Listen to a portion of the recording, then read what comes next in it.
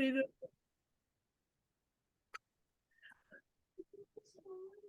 So, Ms. Mika, I will be in and out, but Okay, I'm listening. Take it away. awesome. And I was hoping that you might want to do this now or you might want to do it later. You tell me. But I think it would be great to talk a little bit about the essay assignments and just a little bit about what you're looking for when somebody reads Heart and Hands or one of the other required books. Mhm. What do you want from them? That's a good thing for me to talk about. Thank you. I want people to not drive themselves crazy first and foremost. What I'm looking for when you write a report on any of the books is that you're telling me, you pretend you're sitting having tea with me, talking to me about the book. So you tell me what the book was about. What did it mean to you? Did you like the book? You don't have to love it just because I want you to read it. You can say, I'm sorry, why is this book on the list? This is a ridiculous book. That's fine. Because at least I know if you could tell me how ridiculous it is, that means you read it. That's all I care. So, it's just a conversation. If folks have a hard time writing, make me a video. Make me about 10-minute video discussing the book. Okay. What was the book? What was it about? Did you learn something? Did you learn absolutely nothing? Right? Pretend you're sitting there talking to me and um, about the book. Right. So your report should take me about 10 minutes to read, not even. And your video conversation about the book, 10 minutes. Sounds good? I think that's so reasonable. I And try. I really appreciate the option to make a video. Because there are a lot of ways we can show our understanding of a topic or what we've read. And There's a so, lot of different ways that people learn as well. yes. So I don't want to be too much triggering people's educational trauma because I've got lots of it. So I completely understand. Um, Also know that a lot of the books on our reading list, or the books that we recommend, are available in audio fashion too. So if you are an audio learner, a lot of the books are available. I don't know if Heart and Hands is though, but other books that will be recommended to you. So just take a look. Having an Audible account is a good idea. Mhm. I know people get Audible books from not get audio books from, like, they have accounts at the library and all those things. I like to own my books. So I go buy them off of Audible. I have lots of books on Audible. However you want to. A book like Heart and Hands, you're going to refer to over and over and over. So you might as well go ahead and plunk down the ducats. Just the only thing with the Heart and Hands is to make sure it's the most recent version of the book. Because there's been several, I think, what, 4 or 5, something like that. Yeah. Anything more, Ms. Mika? Um, Not right this second, but there will be. I I will be able to hear you. So if you need me to come back, I'm just gonna go actually start cooking my dinner. Okay. Yeah. So I'll be hearing. Okay. Cool. Cool. Can I get a sense of for folks that are here who have read either like, any part of Heart and Hands? You've read all of it, you've read parts of it. Awesome. Great. And before I get started with anything I have to say, does anyone have any any questions or thoughts about the book or literally anything you want to say? Like this is open time, open space. I guess maybe I'll start with saying the reason why I thought it would be a good idea to have these kind of this book study time and then talked about it with Samsara is because we were noticing we were getting questions from folks where it's always good to get like to check in with the doulas. That's why we're here for answers, but also there's some like really like clear like basic answers in Heart and Hands. And so I felt that, and we want folks to read this book, that so if we want folks to read it, that that maybe having these study times together will help encourage everyone to read or to get motivated to read, to answer questions, to bring up topics from the book, and then just get that recording or that essay written. You can do it tonight after our meeting, or tomorrow. 10 minutes, 10 minutes worth of reading or talking. Yeah, so anybody have anything they want to bring up, talk about? Anything that maybe you read Heart and Hands a while ago, but there's one piece that like just stands out to you that you're like, this is the piece that I keep in my mind, or how you use it, or whatever, or something you disagree with. Yes, I'm sorry.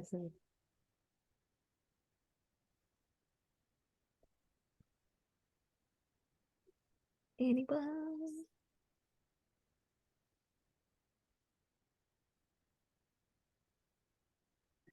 I think what Samsara said about being able to refer back to it, like having it, like I like to write in my books, like to make notes to myself. But having a Heart in Hands is like a book that I do that with, and that I'm like, yeah, let me refer, you refer back to something enough and then it's like in you. but having it as a resource where it feels accessible, the information doesn't feel like I managed to find a bunch of midwifery books, and my dad did, on the side of the road somewhere. So I have a weird collection of things, and some of it is like really like dense and a lot, which is necessary. And like midwifery books, medical books, like it's necessary, but Heart and Hands gives you information with, I don't know, without it feeling like so overwhelming, I guess. And from a voice of like, physiological birth is possible and powerful, and the reasons why, like even just in the beginning, Elizabeth Davis like addressing issues around birth and around racism. I mean, lightly, but she addresses it where other people don't. So I don't know.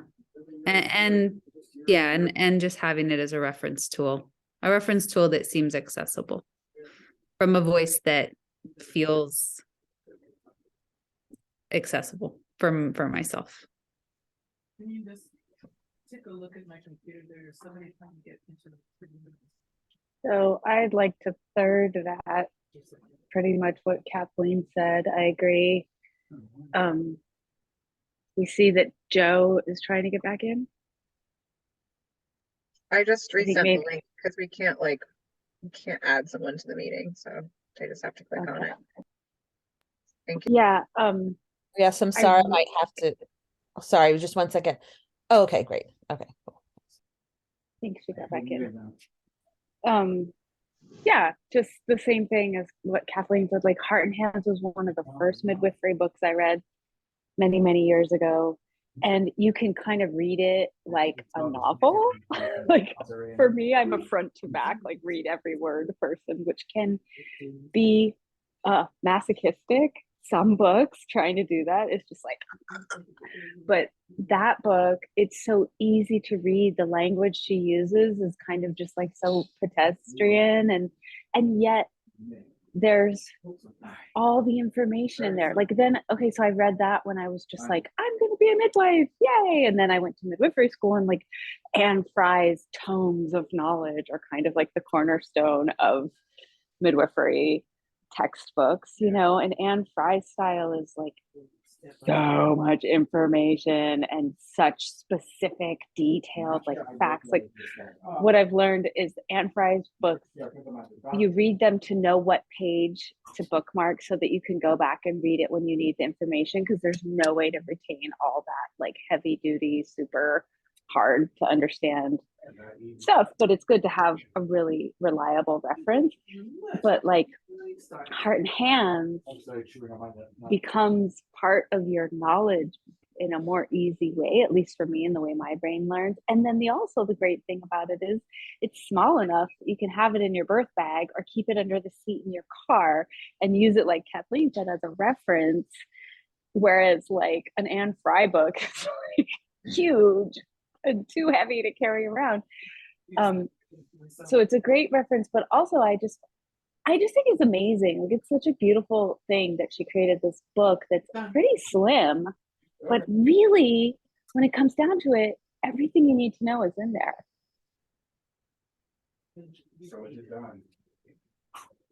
I agree with you all. Like, and one thing I remember Elizabeth Davis telling us, I can't remember what the word is, like the type of publishing it is, but it's not like a text, like a traditional textbook. We can read it like that, right? It's not like you can, yeah, like it's like very readable, but it is a reference material. And it is a textbook. It is a midwifery textbook, but the way that she published it makes it more it's cost less. So it's not like, the $200 textbook. Yeah, I just threw down on some hundreds of dollars on 2 textbooks. And so it's accessible like financially, and she like really fought for that. And also, yeah, like the size and like being able, the readability. And I think that's a big reason why so Sarah can speak to that more, but it's a required text for Shiphrahs Circle, is because of that. And kind of when I think about it too is like Karen Strange also talks about like knowing normal. Like we have to, like it's really important to know what normal is. And in that case, Karen Strange is talking about a newborn resuscitation. But I think as doulas, like we're not using this as like our textbook for doula care in terms of like midwifery. This is midwifery, right? But it's so important for us to like know normal, which a midwife is going to know best, right? And so it's really accessible. But then there are also, she also does talk about like when things aren't normal or when, all of the possibilities. But I think part of like what I come back to is like as a doula, it is so important to hear, to have midwifery be that voice of normal for us, since midwives are the experts in normal. Because I think it can be easy to like think that what you hear from the hospital OBs and whatever, like from your clients, like that's normal or something, right? We have to really like ground ourselves in this. Yeah, that's what comes up for me there. I have other things I can say, but anybody else have anything they want to add? Was there anything that was like confusing or like questions about anything in particular?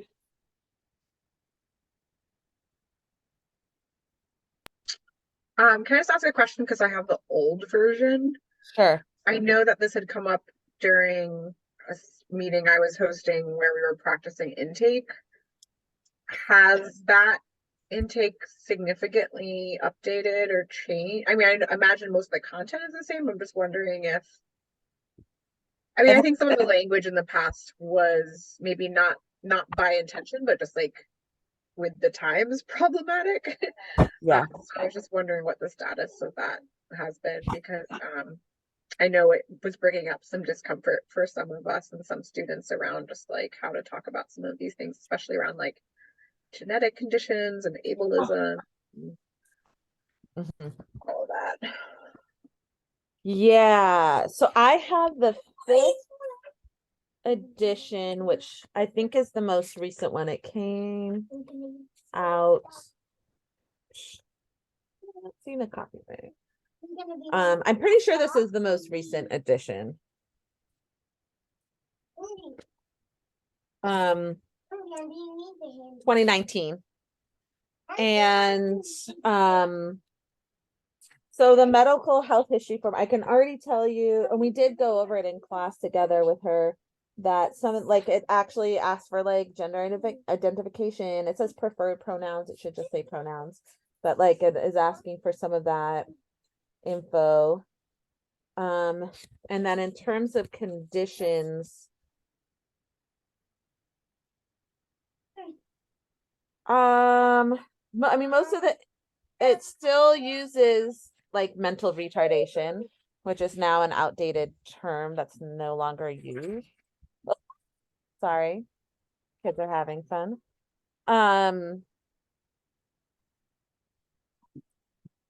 Let me see.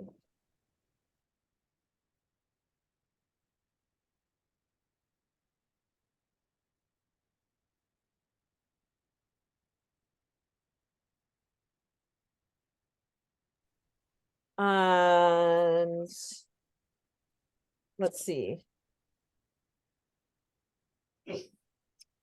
Like what were, do you know if there were like, was that kind of some of the language that was? I think those were the primary ones that I did have questions about. And then I think the other issue that just brought up, I feel like our language around discussing, it's not really about discussing ethnicity, but discussing how, like, I think it just comes with practice, but like discussing how some genetic conditions are more prevalent in some ethnicities, like if someone has, like, such as myself, has Ashkenazi Jewish genetics. So I think I didn't know if maybe there was any like reframe or context added to that section, because I think for a newer student, it's just like a very straightforward question, but it comes with all these layers of context for the person to know like why we're asking this. So I just didn't know if anything had been added or changed in that section too. Oh yeah, no, that's still asked around like your ethnic racial group.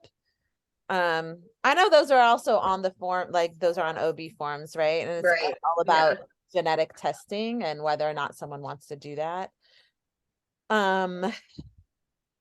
So that's still on there. And certainly in the case of like doulas, yeah, that is the kind of thing that's important for them to understand, which is also gets back to why there is that assignment on the health intake form and those pieces. But thank you for bringing that up.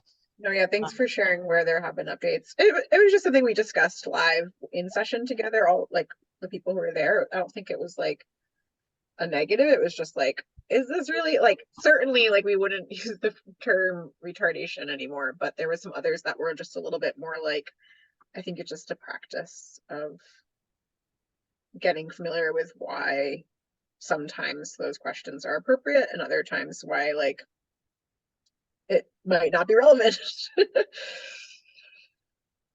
Yeah, absolutely. And and that gets also, I guess, a little bit to like where it's helpful to see, to work with as a second doula with your more experienced doula to start. Have to, sorry, I'm gonna be in the dark for a second. I have to move rooms for my kids because they're so loud.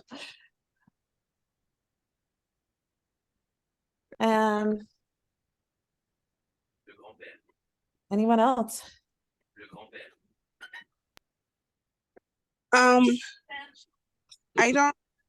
sorry, I missed some of the stuff, but I heard a mention about the intake form, and I wanted to bring up, Himika, if you remember with the class, she mentioned that one of the things that she needs to, Elizabeth Davis, I'm sorry, one of the things that she need to like maybe check about her book and like specifically the intake form is the part about abortion, considering the recent.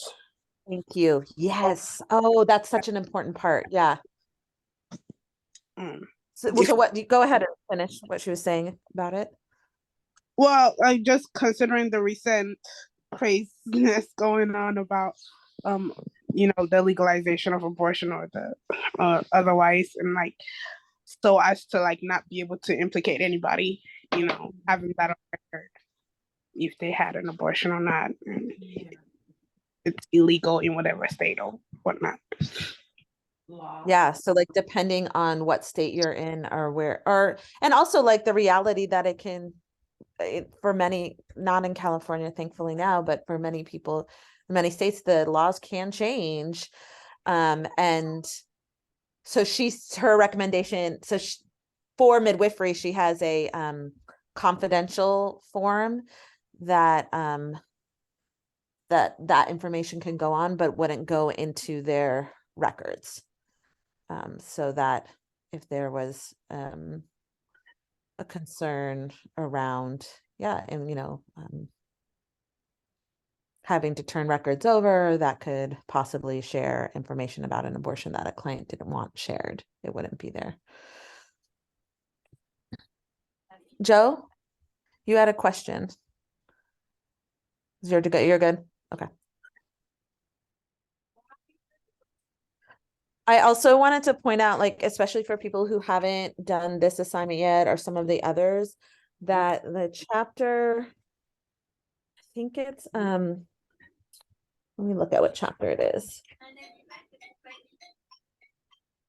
Chapter 2 is all about prenatal care, and it gets into the medical and health history and what you're, looking for, and it talks about nutrition and exercise. These are the things we talk about in our first visit, right? And also some of those common, some of the items on the health history form that we wanted folks to research and look up are in here. So you can get this assignment of reading Heart and Hands done and also get that other assignment done at the same time. And I think it is a great resource in that too. So also if someone has a question like wants to know more about like what IUGR is, or are the types of anemia in pregnancy because their client is talking to them about that, or whatever, like this is your resource right here. Look in here. This is where you're going to get a midwifery perspective of what the condition is. And I think it's a great foundation for understanding some of these topics because it's all in here. And then you can do more research from there, or reach out and whatnot. But I just think like this is such a valuable resource when we're like, oh gosh, my client just told me,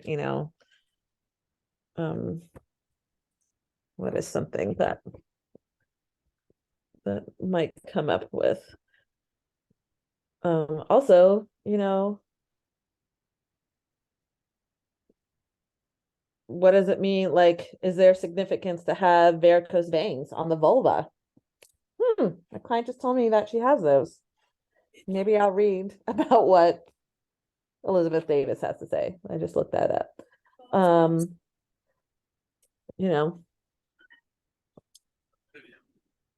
Yeah. There's one. But there's a lot in here that you can look up around that. And also just like, like knowing the normal of like the cardinal movements that a baby makes when they're coming out. Should all know that.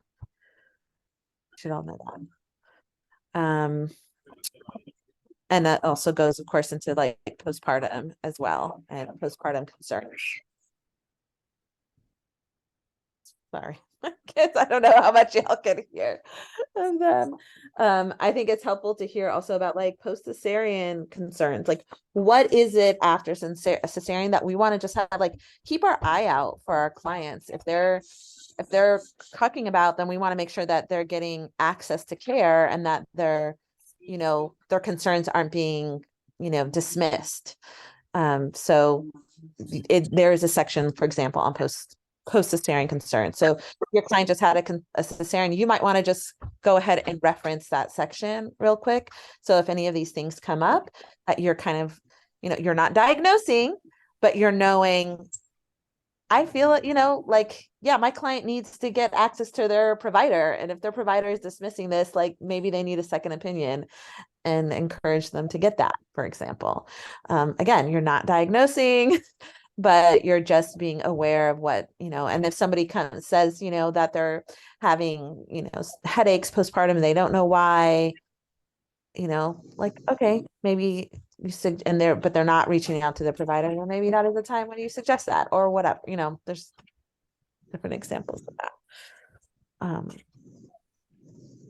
So kind of like, yeah, I definitely encourage, especially for like newer folks, like when you're going to a birth or after birth, if you're like, what was that? Or what, you know, you take notes of some of the things that came up, you can come back and reference it here. For sure. I think it's it's amazing to me how much is here, but it's like super easy to read as compared to like Anne Fry. Also, I recently realized that the midwife that attended my birth when I was born is one of the main authors for Varney's midwifery textbook, which is one of those super thick books. That sense, you know, textbook.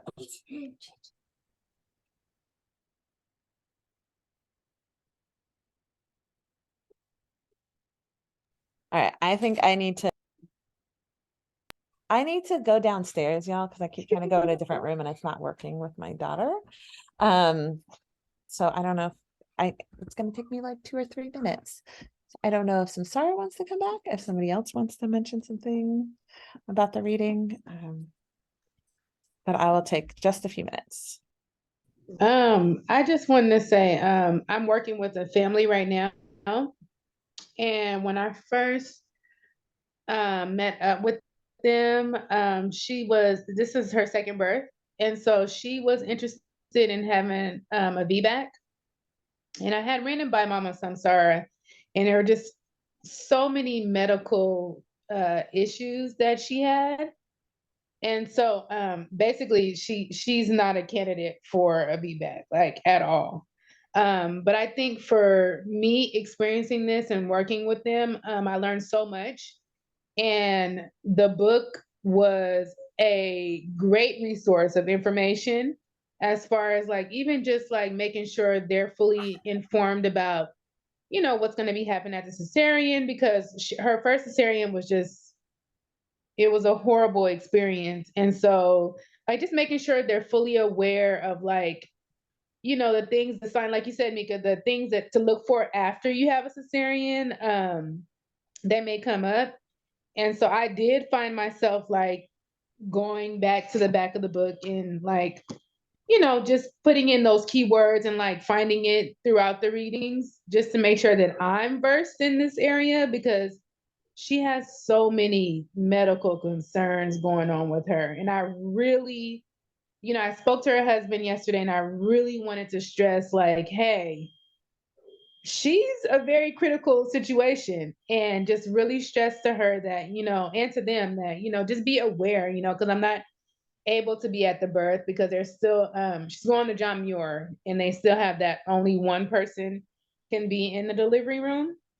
So just making sure that her husband is like on board of like being able to speak for her when she's not able to speak, and, you know, just looking out for, you know, issues that may arise after she gives birth. So yeah, the book works for me. The book works well for me. I'm really glad to hear that. And I'm really glad to hear how you used it. That's perfect. It's absolutely perfect.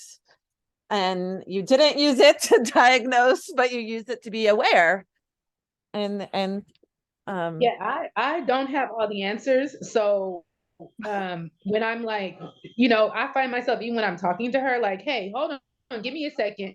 Let me look up something real quick so I can make sure that I'm providing her with the right resources. And even, you know, she has a her matter of fact, oh, tomorrow she has her her baby's transverse, and she has a lot of stuff going on. So she has her appointment tomorrow. And I said, I was just giving her questions to make sure that she asks, her doctor at this next appointment, like, hey, ask them about this and, see about that, and make sure you're aware and you understand, how the day of is going to go for you. Yeah, just making sure she's fully aware of everything that's going to be happening. Again, because I'm not able to be there in the operating room with her because it's just one person of contact. But just making sure that she has everything answered, before she goes in.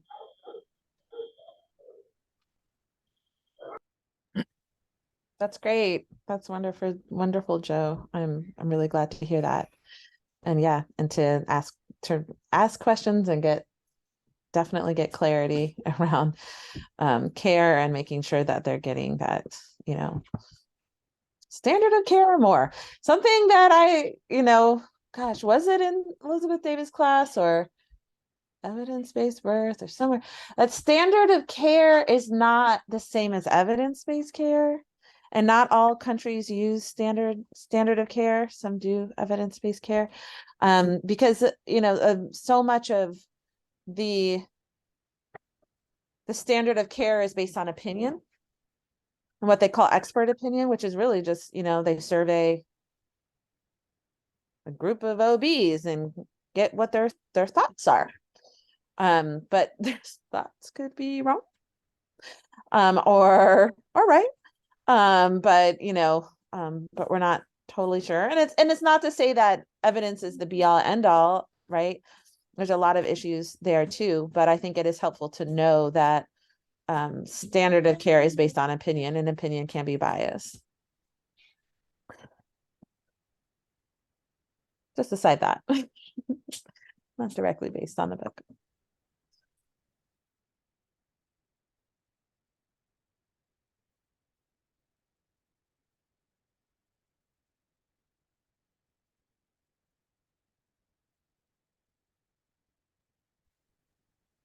Has anyone used Heart and Hands in combination with the Nutrition Almanac? I'm just wondering.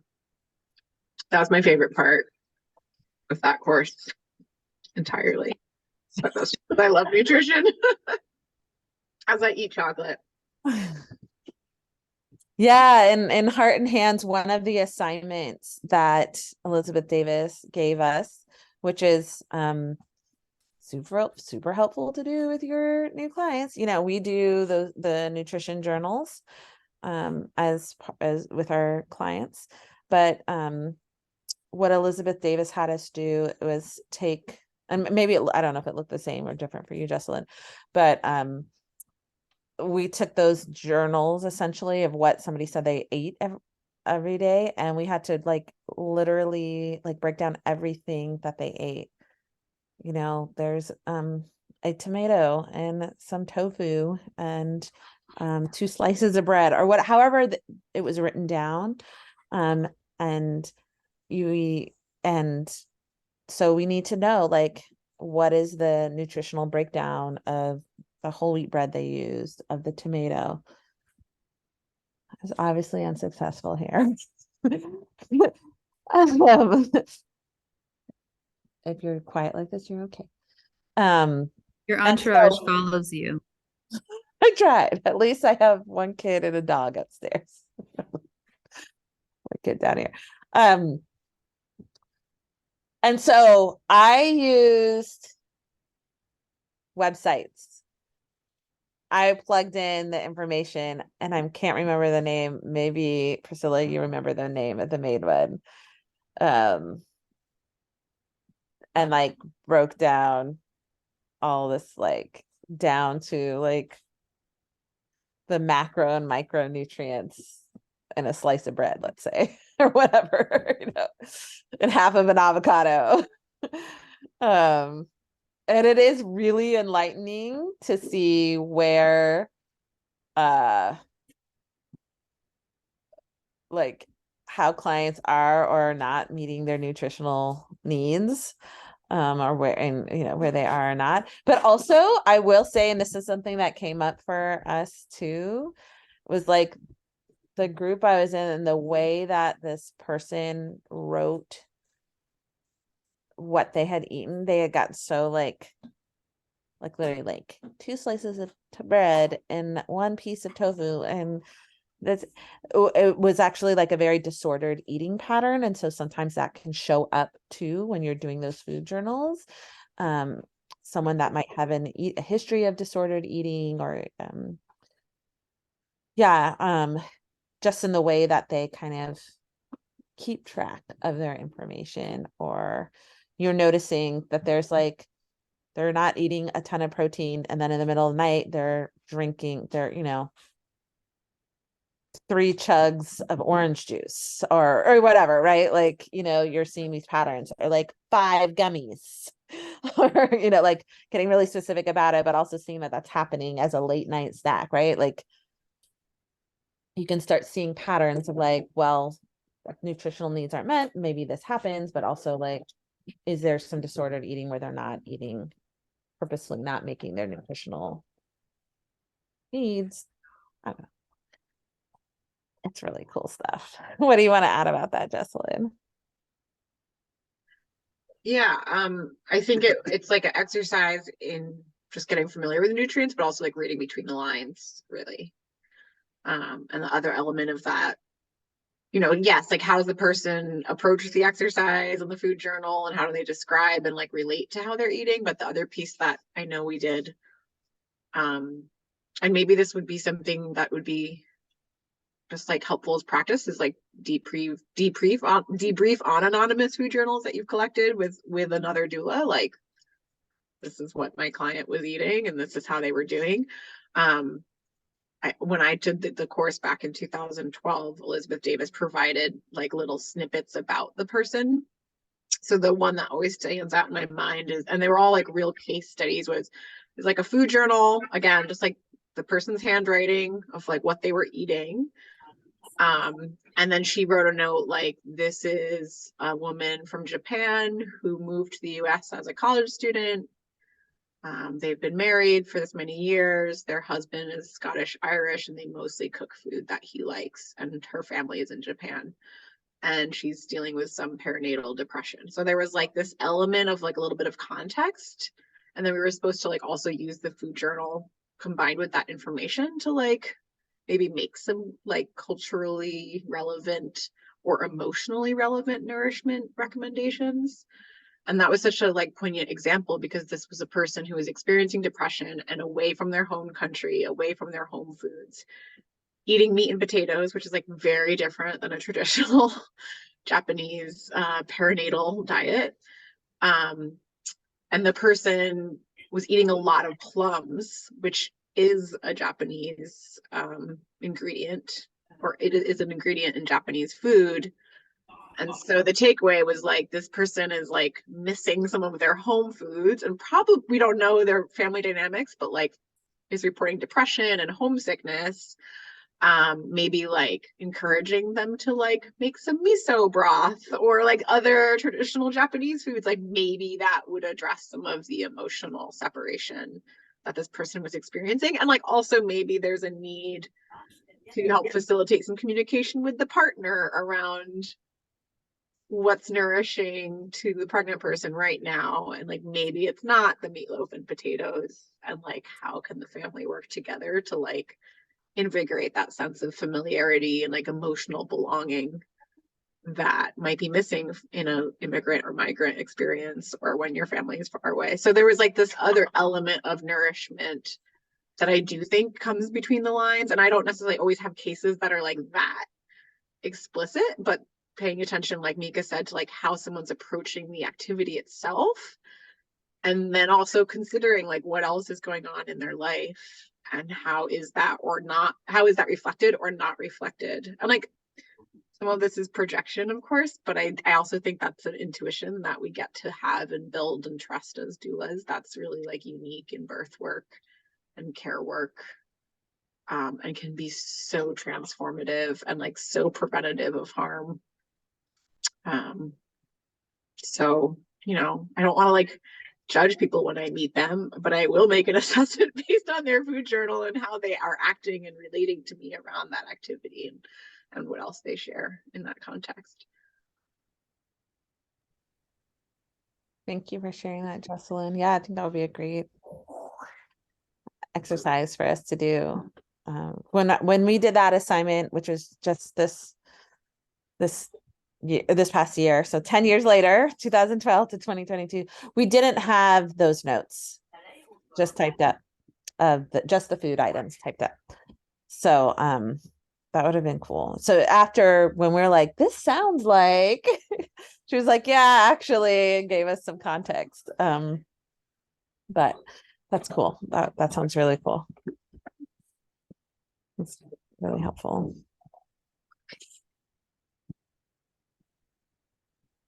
Which I guess I would just add like that lends itself to the work with the intake form as well.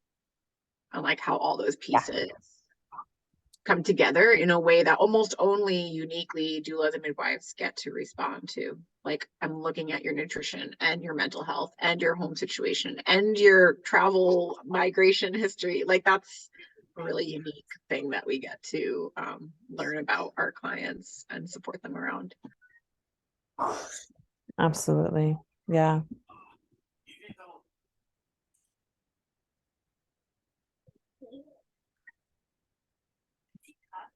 Anyone else? Talking about all of it. Just think about, Samsara always says like, your own stuff will come out. Like your own Bucky stop. Your own like issues will come up in I mean in birth work, in the work we do. I, as a parent, I'm like in parenting, my stuff comes up all the time. But just something that I like appreciate in supporting clients, I'm supporting myself.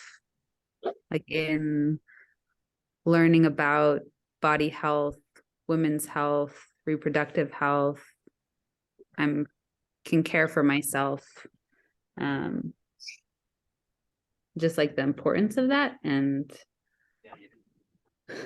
I appreciate people's reflections, because if I did a food journal for myself, I definitely like just thinking about disordered eating and on a micro and macro level, like, am I getting what I need? And being like self-aware can help, I don't know, be the most present like in life. So be the most present then for my clients as well. So I appreciate the opportunity for that type of reflection. So that can happen and like continue to happen. And I think the combination of text and like our conversation helps that, as opposed to just like a thick textbook that you're memorizing. That there's a relationship. I mean, and that's the part Jessalyn was saying, like doulas and midwives, the way that it is approached is a whole, it's approaching something from a whole perspective, as opposed to just like one specific piece or piecemeal. Go ahead, Joe. Sorry. Oh no, I was just gonna piggyback on what you said about as far as like nutrition and stuff, and accountability. I think when I talked to my the family I'm working with, I didn't even have to say anything. Like when I'm asking her, like, what did you eat today? And she begins to think, and it's like nothing. I'm like, oh, okay. Well, I don't even have to say anything. Like, you know, you're not doing what you're supposed to be doing. If you can't come up with any decent meals, you know you're not doing what you're supposed to be doing. So she's gotten better. She's almost to the end of her pregnancy. But she's done her best, you know. So she knows where she's slacking. I don't even have to say anything or, give her any grief about it. Like, she knows where she's not coming up to the mark and why she's having some complications. Yeah. Centered around nutrition, And I told her when I first started working with her, hey, you have to do your part if you're trying to make certain things happen and you want to be effective with this pregnancy and have things present itself differently than your first pregnancy, So yeah, she knows. She knows. Joe, I think that's an important point. It's like, I don't know that I've got this all figured out because food is so complicated for so many people, especially in the US, their relationship to food. And so I know that we have to be really, compassionate with folks. But something that Samsara always has said that I always remember and think about is that there is a lot in this pregnancy, the process of being pregnant that we don't necessarily have like control over, like, sperm meets egg and, we have a blastocyst and then a fetus and whatnot, right? That happens. That process is going to happen. But there are a few things we can control, and what we put in our mouth is one of them. Of course, keeping in mind that there's socioeconomic differences that are going to mean some people have access to certain kind of foods than others and whatnot. But the fact is that we do have to we're always making choices about what we eat or don't eat, or whether we do eat or don't eat, right? And that's something we do have some control over in this whole process, where so much can feel out of our control, right? And I think sometimes that emotional piece around birth can feel that way, and certainly sometimes for some people, eating disorders can be issues around control. Absolutely. That might need to be addressed, that we have to be really compassionate about, but also, address. Yeah. Sure.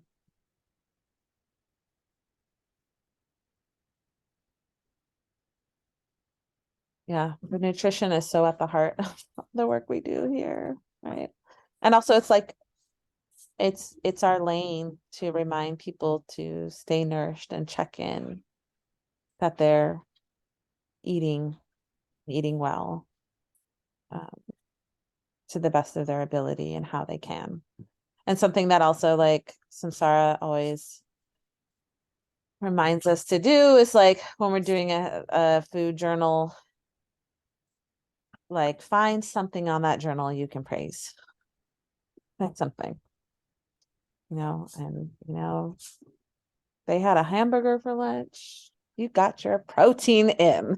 Thank you. There might not be any vegetables there, but like we're finding something that we can praise of what they have done. It's now, if they haven't eaten anything, that's another level, right? That's something that's another level of, unfortunately, of disordered eating. So how do you handle that? So if you have a client, hi, I'm back. You have a client, you look at the food journal and there's nothing on there. Which is Joe's. What are good doula questions about that? Yeah. Non-shaming doula questions.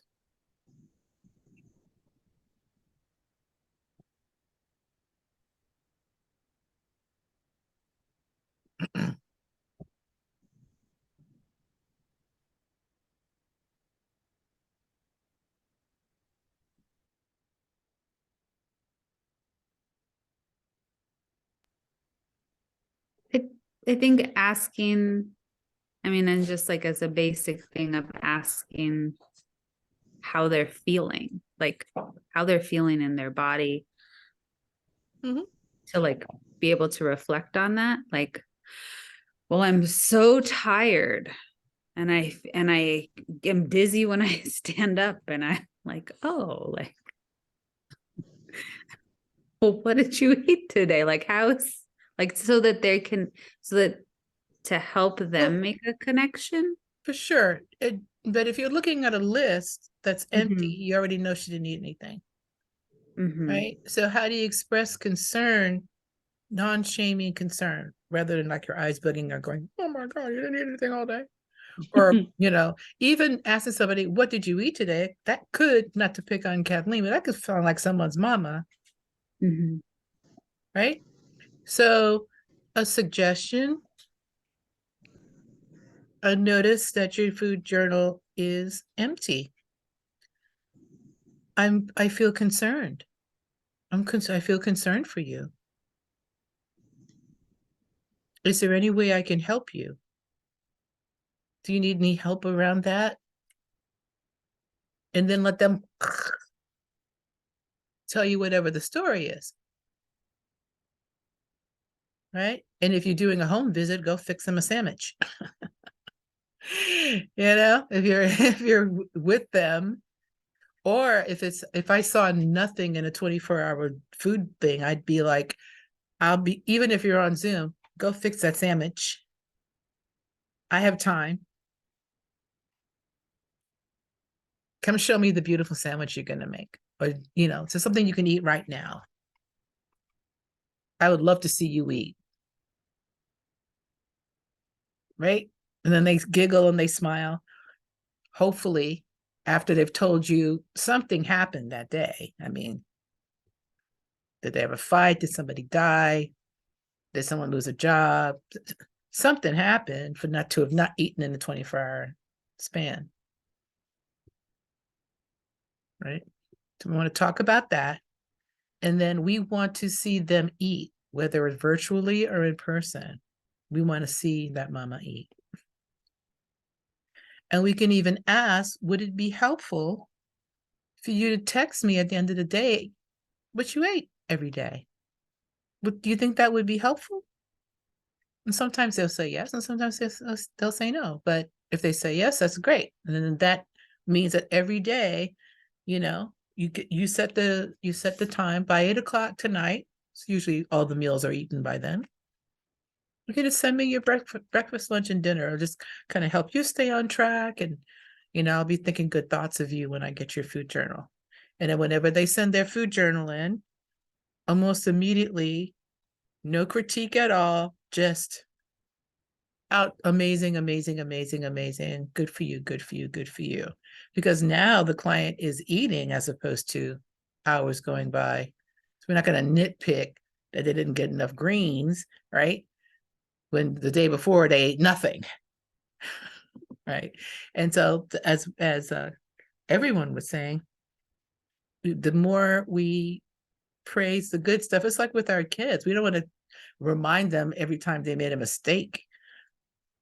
I hope nobody's doing that, because I don't find that very productive.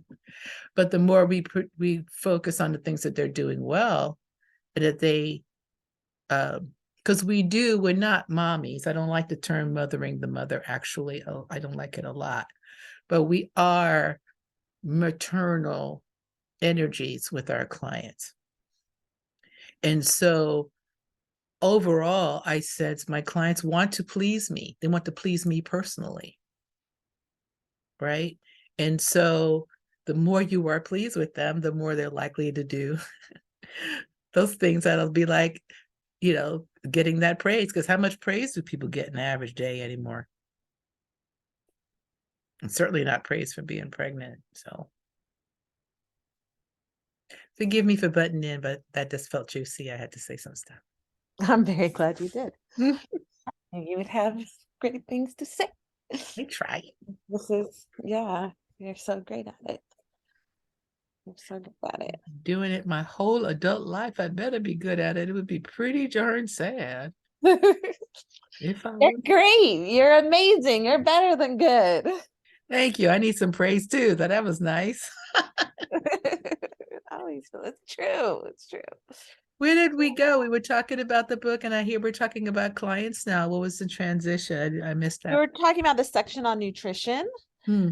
And then and then Jesselyn had brought up, and then I had talked about, and maybe Priscilla too, a little bit about how in the Heart and Hands class, Elizabeth Davis had us look at a food journal and really break down the macro micronutrients Oh, excellent. that someone ate, Mm-hmm. based on what they shared, and then we can reference the book to see, are they getting the The macro nutrients. micronutrients that are needed. Mm-hmm. And that was a really helpful exercise. It takes it takes a good amount of work, but it was a really helpful exercise. And then to like check in with another doula, like, oh, it can be an anonymous food journal, but like you're checking in, like this is reporting back what your findings are, and that can be helpful. So we were talking about maybe someday in the future that might be helpful to do in our practice. Yep. I've definitely done it. And then like Kathleen was saying, just thinking about ourselves, like I've definitely done it for myself, just to get a sense, like how does what I look eat based on compared to what I'm asking of my clients. That is a very, very good exercise, because your clients know when you're spouting bullshit to them. They really do. So if you're requesting for them to make certain changes, it is, and then that's the reciprocal nature of healing work.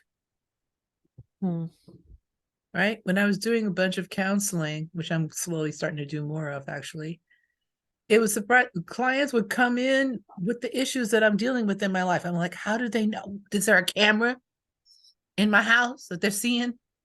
People would all dropping into my office talking about my issue of the week. My clients would be working on my issue of the week. I'm like, okay, God, I get you. Right? So it's the same with any reciprocal, any healing work. It's not just you doing something to somebody, it's both of you are working on issues together. It's symbiotic. Right? So if you're taking good care, your client can kind of hook into that a little bit, kind of like in labor and they're in transition and they don't think they can do it, but you're standing there and you're saying you can. They borrow your strength. They borrow your confidence. They tap into it. So you stand there strong and clear and smiling at your client when she's going, ooh, in transition. And then she can lock her eyes into your eyes and steady herself because of you. That's powerful. Right? So if you do this work right, it just makes you a better person. So Sarah, that was so perfect, because that was one of the sections I wanted to bring up from the book, where she talks about entrainment, and she talks about this in labor, and it's like locking into another person's frequency, and sometimes that's needed in labor, and sometimes and it's like in the labor, gosh, I just had it open. It's in the labor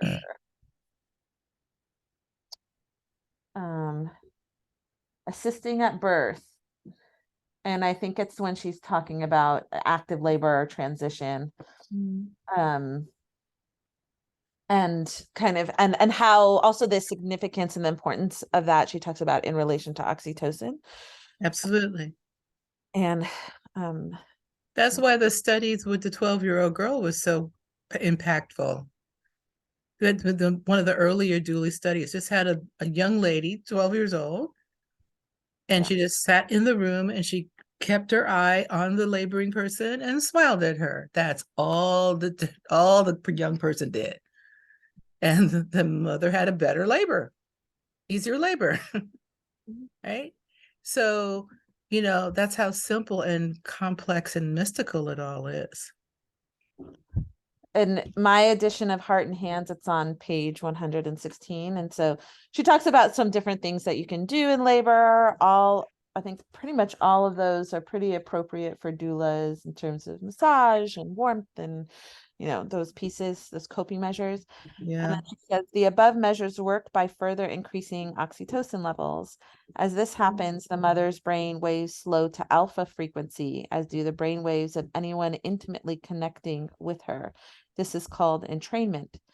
Perhaps the easiest way to entrain to a birthing woman is to choose love, running the energy of oxytocin through our bodies and minds.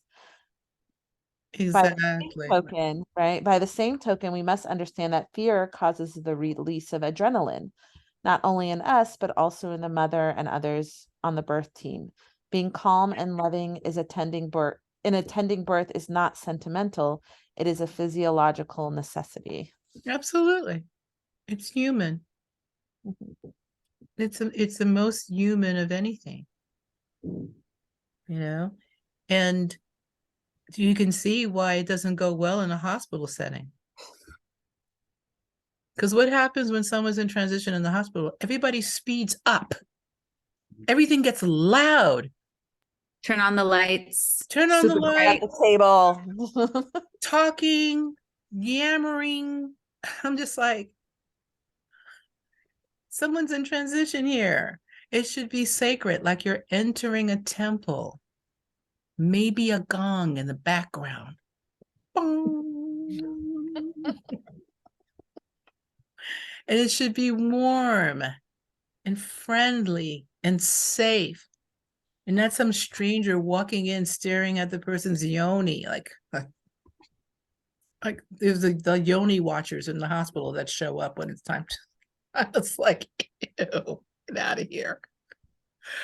There was this person in Alta Bates who would just show up. I remember, isn't there with a client before COVID now, because now I guess they're more careful about how many people are stalking around. But there was a person who was a staff member who would just be in the room when someone was trying to push a baby out. And it got to the point where I would just go up to this person and I'd be like, who are you? And everybody would look at that person and they'd slink away. I'm just like, home birth, please. Because nobody's going to be up in your house that you haven't invited into the environment. Just lurking around. Ew. I don't know why people are surprised that birthing in the hospital is so much more difficult. It's an intimate, you didn't invite people in the room when the baby got made. Hold on, we're gonna make a baby. Let's invite the neighbors. That didn't happen, right? So it's intimate and it's quiet, and the people who are there, I guess if you invited the neighbors, that would be appropriate because you invited the neighbors to come over and watch you make a baby. Completely different scenario. Not some strange looky-loo person in the hallways of the hospital. Oh God, I'm babbling. So yeah, I'm glad we're on the same page here, Mika. It's great. Not surprising. Really not. Really not. It's a beautiful book. I'll just say quick. I mean, Heart and Hands is a beautiful book. It's I heard someone say something similar earlier on in your conversation around how it is of all the midwifery texts, it is the most easy for like a doula or someone relatively new to birth to get in and get into the topic quickly. And although we don't diagnose or treat anything ever, it's full of important things that we can teach our clients and doulas. We are to be the master teachers of everything. So it's a great, helpful book. What did you want to say, Ms. Mika?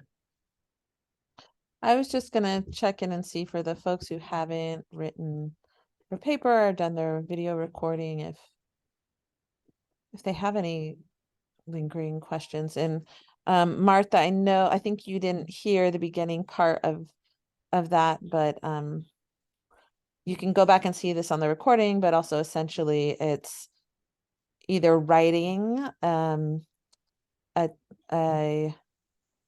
summary of what you read, what stood out to you, what resonated with you, or what you disagreed with. You can also disagree. in the text as though you're, kind of like as though you were sitting down and having a conversation with Mommy See Samsara. Or if writing is challenging for you and doing it that way, you can also do a video recording where you share that information and send it to Mommy See Samsara. And that would be, about 10 minutes. So think about like what would take 10 minutes to read, or 10 minutes of talking on a video recording. And I like encourage folks that like do it now if you can, maybe you're exhausted, maybe you have kids to put to bed, but if you don't, just do it. Just do it right now after we've had Get it done. Get it done. Because part of the work you're doing here with me on Tuesday nights and forever is to get to be a certified community birth worker. So we would love to get that certification done for you. Also, I'd love for you to have a solid sense of assurance when you're leading your clients down what your client's journey is, when you're there at their side, that you're not feeling overwhelmed or questioning where you might want to shepherd them to, what information you want to share with them. Yeah. Mm-hmm. Yeah.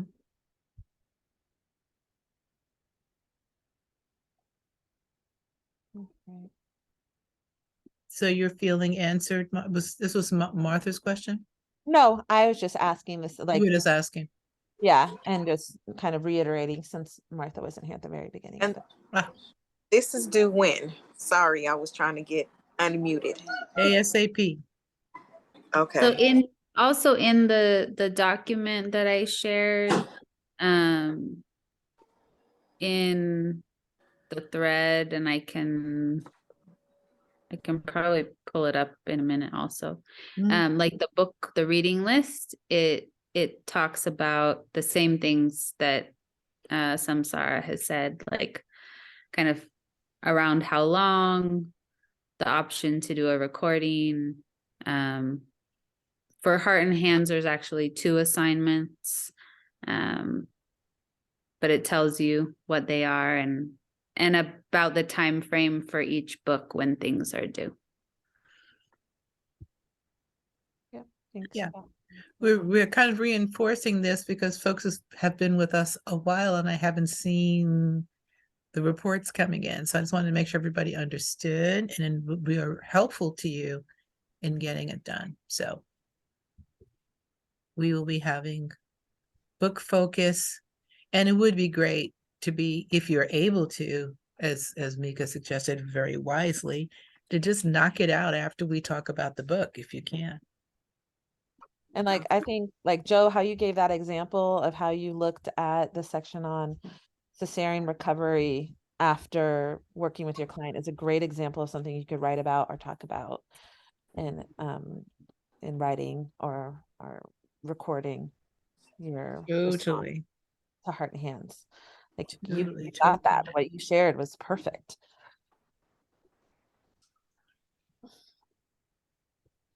So I just dropped the link to the overall like welcome doc, and in that has a bunch of docs. And one of those is the reading list. And the sign within docs. Yes. Google Docs just makes it so snappy. I love it.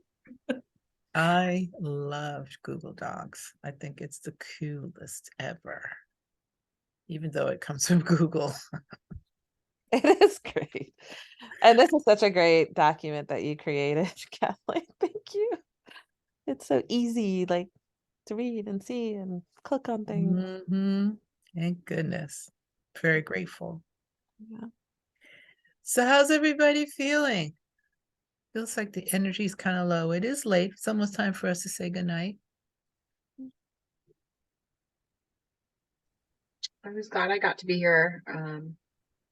I just wanted to share, I did get to attend my first organ birth this month. Yay! And when we were talking about today's topic, I was just thinking like, especially while we were at the birth center, and like definitely we did go to the hospital because this mom had to basically do like midwife induction because the 42-week deadline, Ugh.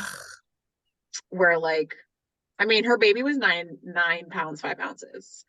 So Yep. babies had no breathing problems, perfect all through labor, but she had to do like a week long of like every little step of trying to get labor started. So it was definitely, you know, a situation where she was just really tired and her labor stalled at 8 centimeters, and we went to the hospital, which was Yeah. she also was a doula. She's been to 75 births, and she's like, I can't believe I have to do this shit for 2 centimeters, but she did it. But I wanted to share that while I was with her and we were kind of navigating the period before that decision, where we were really like, she basically was starting to transition, but things were slowing down.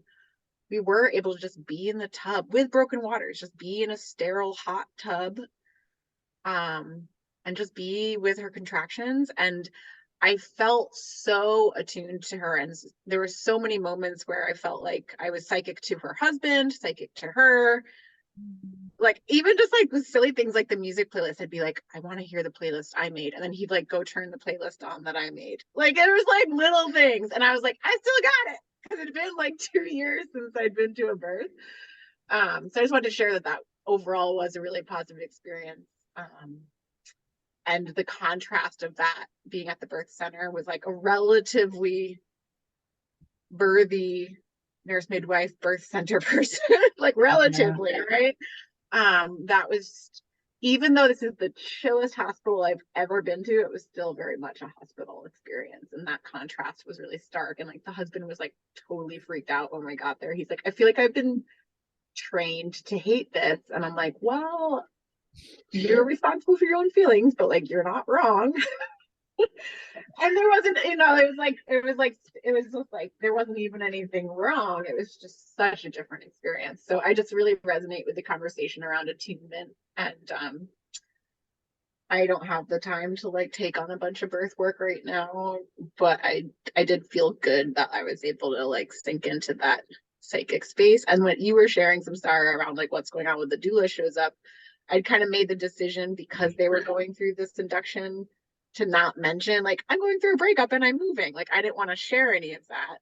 But I will say I made the decision and stated it to my partner the week she was being induced, and internally I felt a lot of energy open up, which I think allowed me to be present for the birth in a way that was different had I been still making that decision and feeling the turmoil around it. So that all felt very real in this birth. Definitely. And it's just like incredible how like explicitly energized and like magically powerful it is, because you're like, oh, I'm like literally reading people's thoughts right now. That's exactly it. That's exactly what happens. And that's why, you know, some of our ancestors got burned at the stake. Because it freaked out these other people that these people seem to know what they know out of nowhere. One of my very, very earliest client was this lovely Korean mommy. I'll never forget her. I didn't speak a word of Korean. We had a wonderful time. She had a beautiful fat baby boy. And she couldn't speak English and I didn't speak Korean, but we were both women. And I had had some babies and she was having a baby, and that's all we needed. It was beautiful. It's also super important after we take these journeys with our clients that we also come back to our own lives and our own space and cut them out. Just it's similar when you're raising kids. You get to a point where you can't read their minds anymore. I remembered when I stopped being able to read my son's minds, when they were like, no more, mommy, out, be gone, which was good. Because you don't want to know what's in those people's mind all the time. It's too frightening. But you really, you know, 15-year-old's mind, ooh, okay. They can give me reports of what's going on in there. It's fine.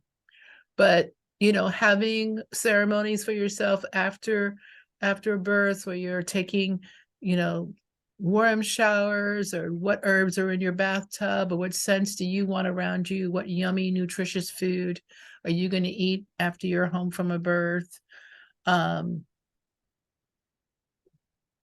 all of those things to help you just get back into your own life. So you don't become a birth junkie. I don't like birth junkies. They're not the best doulas. They're like the people who lurk the halls waiting to see the baby come out, and then they disappear. And the client's like, postpartum, where's my doula? And she's just gone because the fun part's over for her, so she's moved on. Drives me crazy. Right. So we get to take this beautiful journey with them, and then it's their journey.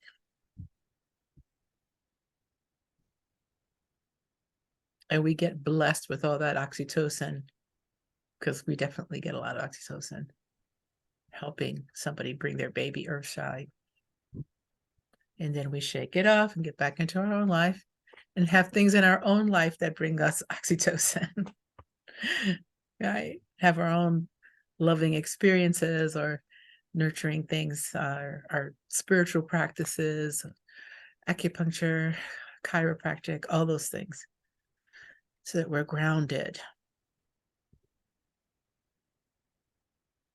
Is there anything that you wanted to close with, Ms. Mika? We got 5 minutes. That was beautiful. That was a gorgeous way to close.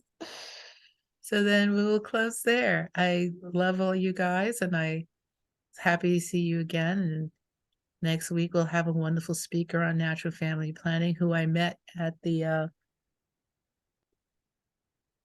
doula conference, at the SMC doula conference.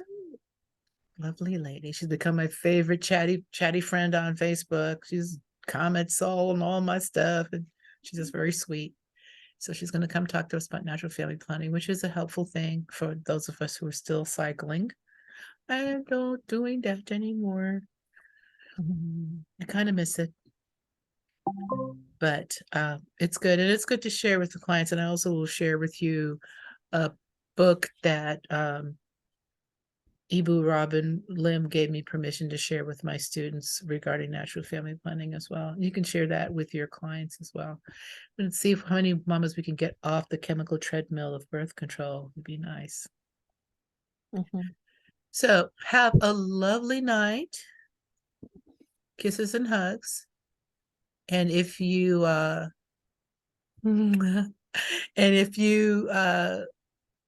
get your if you have your papers together, I would actually like to have you send them to Oakland Better Birth Foundation at Gmail. I'm going to change that on the paperwork. Oakland Better Birth Foundation at Gmail. That way they won't get lost in all my personal crap. Okay. I can do that. Thank you, ma'am. All right. Love and kisses to you all. See you next week. Night. Mika, have you gone to Octagon? Go to Octagon. Get yourself some community acupuncture. I was just there today. And oh man, I love that place. So sweet, nice, it's affordable, easy. I often go to OAP, but I should go to Octagon. And then I have my regular standing acupuncture appointments. I'm like all of it. Go visit all the acupuncturists. Exactly. No, I'll go in between to the more affordable one between. I know. Standing appointment one, but I really also need, my kids need chiropractic, actually. They really need some chiropractic. But yeah. Get all that flowing, all the energies. I need it. I need it too. I'm going to chiropractic and massage tomorrow. Yes. Very excited.